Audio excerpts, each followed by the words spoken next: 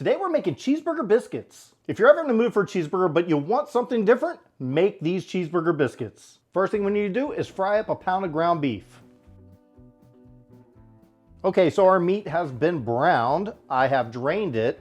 Now what I'm going to do, add about a quarter cup of ketchup, an eighth a cup of mustard, about a tablespoon of Worcestershire sauce, 1 tablespoon of brown sugar, and half a teaspoon of onion powder. And mix. Helps if we keep it in the dish. Now that we have everything mixed together, let's put this aside. We're going to spray a muffin tin with some cooking spray. I'm going to use some prepackaged biscuits here. I'm using buttermilk. You can use whatever type you'd like.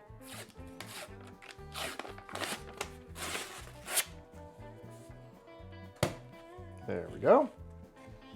Take one biscuit at a time, kind of spread it out a little, and insert it into your tin. Just making a little indent there.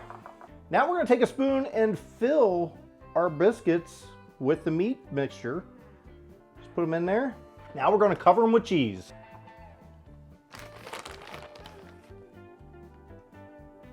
Now bake them at 400 degrees for about 15 minutes. When it comes out of the oven, let them cool for just a couple minutes. And now it's time for the taste test.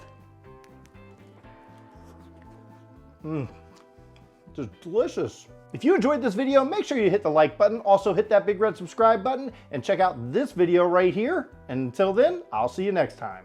Thanks for watching. If you enjoyed this video, make sure you click that like button, hit that big red subscribe. If you enjoyed this video,